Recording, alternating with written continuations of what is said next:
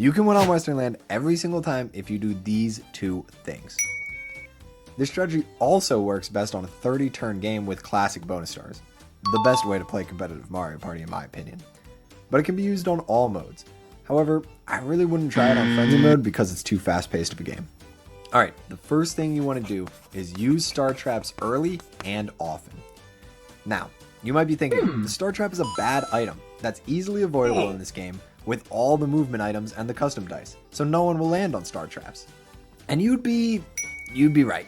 I actually made a video about that very thing. But on Western Land, star traps are actually really useful, as long as you know where to put them. The prime real estate for these star traps are the 4 spaces in front of the start. These are the spaces that will always have players going near them because it's where you're sent after you get hit by the steamer. Since getting hit by the steamer is relatively common, it's literally the main gimmick on this board after all, you'll always have an opponent nearby to land on these spaces. These spaces are also right before a junction, so your opponents can't just choose to go a different way to avoid the traps. These star traps stay for the entire game until they're landed on, so the more turns they have placed down on the board, the more opportunity people have to land on them. The next best place to put traps is around the boo areas.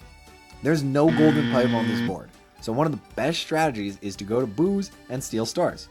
There's also 2 spots for boos on this map, so it's likely you'll be stolen from at least a couple of times.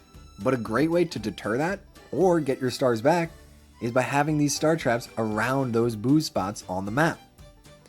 After these 2 locations, you can try to put a star trap around the Wiggler's Milk Shop because, you call people over there and maybe they'll land on it. But I definitely prioritize the first location the most. But please, wherever you put the star traps, make sure they're not in just random spots by itself. You gotta make sure these star traps are grouped up at least somewhat and in areas where people are gonna be moving around a lot to maximize the chance of them getting hit. Before I get to the second part of how to win on Western Land, I just want to say that obviously you should still be winning minigames, going for Jamboree buddies, and having a custom dice block on you at all times. These are just normal things that you have to do in Jamboree to win, so you better still be doing them.